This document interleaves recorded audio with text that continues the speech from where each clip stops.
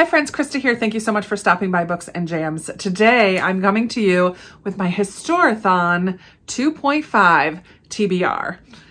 I am so excited about this readathon. It is a 10-day readathon happening from November 1st through the 10th. My friends, Lindsey from Lindsey's Little Library and Amanda from The Curly Reader are hosting this time around, and I'm very excited to support them and be a part of this readathon because if you know me at all, you know that I love historical fiction. It's probably my favorite genre, and I love to read it, and why not have an excuse to read some historical fiction? These are not the only books that I will be reading throughout the month of November. I will have a full November TBR talking about some nonfiction books and some other books that I might be reading throughout the rest of the month. But for the first 10 days, these 5 books are going to be priorities. Amanda and Lindsey did come up with 5 different prompts to help guide your choosing of books. I was debating about choosing a smaller pile and having some overlap, but then I'm like, it's 10 days. It's very possible I could actually read 5 books in 10 days, especially since one of them is middle grade, but we'll get to that in a moment. Oh, and I will link Amanda and Lindsey's announcement videos down below. They're doing something fun this time around where they're going to be doing a live recommendations video where on a live show, they're going to talk about the 5 different prompts and share some recommendations. I really can't wait for that either because I love me some historical fiction and I love getting recommendations from other people. So I think that will be a lot of fun and a fun way to do something a little different for this readathon. So here are my 5 books that I plan on reading for Historathon 2.5 and hopefully finishing all 5 of the prompts. So the first prompt is read a book that features or involves transportation. And for that, I have Susan Meissner, A Bridge Across the Ocean. Again, one of my goals this year is to read all of my owned Susan Meissner books. I am on track to do that. A Bridge Across the Ocean involves some women in 1946, just after World War II, who go on the Queen Mary, which travels across the Atlantic so that they can reconnect with their war husbands. So they're like war brides. So the 2 women that we're going to follow in here, Anneliese Lange, who is a German ballerina desperate to escape her past, and Simone Devereux, the wronged daughter of a French resistance spy. So these 2 women are joining hundreds of other women as they travel to America, but only one of these women is going to disembark off of the boat. So I'm not sure what happens, but I do know there's also a present day storyline. So it's going to have the dual timelines, which I love. I trust Susan Meissner so much, and I just know I'm going to love it. I know I'm going to love it. Prompt number 2 is to read a book with a 3-word title. There's so many of these books in my pile. Actually, 3 of the 4 books I have left have a 3-word title, but I'm choosing The Personal Librarian by Marie Benedict and Victoria Christopher Murray. This is the 5th book that I need to read for my NetGalley 5-star predictions, and I believe we're going to be talking about those later in the month of November. So I need to finish up those predictions. I do have a print copy of it, so now's the perfect time. And in this one, we follow a young woman who is the personal librarian for JP Morgan, and her name is Bella, and she's a Black American woman who's forced to hide her true identity and pass as white.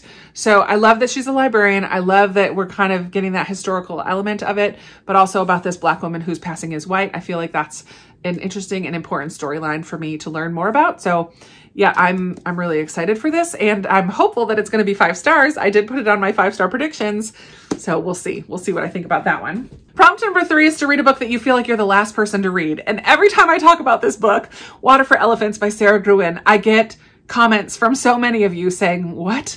You haven't read that? I love that book. You need to read that book. You need to read it. And I haven't read it yet. So now is the time. It also has a 3-word title.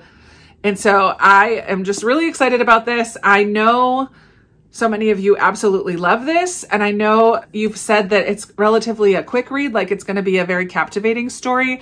I do believe it's going to have some animal cruelty of some sort in here, which doesn't make me feel good. I don't know, maybe that's part of my hesitation in picking it up. I know that a lot of people really didn't care for the movie of this, and I think maybe that has been a hesitation as well. I never saw the adaptation, but yeah, I'm just really eager to read it and see what I think. Finally. And I think it takes place at a circus. Did I say that? It takes place at a circus. Prompt number 4 is to read a middle grade historical fiction. Yay. Any chance that I have to read a middle grade for a readathon is always a happy day for me. And so for that, I'm choosing A Place to Hang the Moon by Kate Albus. I'm really excited to read this. Some of you have already read this one and you're like, Krista, you are going to love this book. I just know it. I know that I am. I know I am. This one was gifted to me from Rainy, who has a channel, Rainy Day Reads, and Rainy read it and she's like, oh my word, Krista needs to read this book. She's going to love it. In this one, we follow two children who are sent, when the children were sent out of London at the time of the London Blitz during World War II. And they're sent, I believe, to live with someone who has German heritage, possibly. I'm not exactly sure. But I love that storyline. It takes place during World War II. Found family, sibling group of 3, William, Edmund, and Anna. Yeah, I'm just really excited to finally get to this one. I think I'm going to love it as well. The 5th prompt is to read a historical fiction book to movie or TV adaptation. And for that, I'm going to pick up, finally, The Red Tent by Anita Diamant, which also has a 3-word title. And this I talked about in my end of the year book tag, as well as Water for Elephants, as books that I would really love to get to by the end of the year, because this keeps being recommended to me by so many of you year after year, and I still haven't picked it up. And in this one, it's kind of a biblical historical fiction because we follow Dinah, who is Jacob's daughter. We learn a lot in the Bible about Jacob and his 12 sons, and we hear about their story, but we don't hear much about the women's side of things in the Bible. And so this is kind of an imagining of the women's side of things. And so I have heard that this is really good, and I'm just really excited to read it. I think I did watch the movie a really long time ago, but I don't really remember it at all. So yeah, I'm eager to get these stickers off and finally read The Red Tent. So I'm super pumped about this stack of books. I'm pretty sure I can get through all 5 of these in that 10-day period. I'm pretty sure I can read all of them. So if I add an audiobook in there, I should be able to read these maybe and then some during the first 10 days of November. I'm not sure. Please feel free to check out the links I'll post below for Amanda and Lindsey's announcement videos, and keep an eye out for when that live is going to be. I'm very excited. Oh, they just all fell. I'm very excited for this readathon. I love reading historical fiction, and I know many of you do as well. So hopefully you're feeling inspired to make your own TBR list for those days. Double up however you need to. Use the prompts, don't use the prompts, whatever you want to do, make it your own.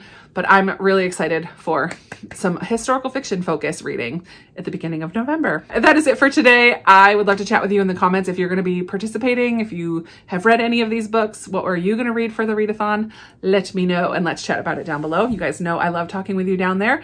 Thank you so much for watching. I really appreciate you being here and supporting my channel in all the ways that you can. And I will be talking with you in another video very soon. Bye.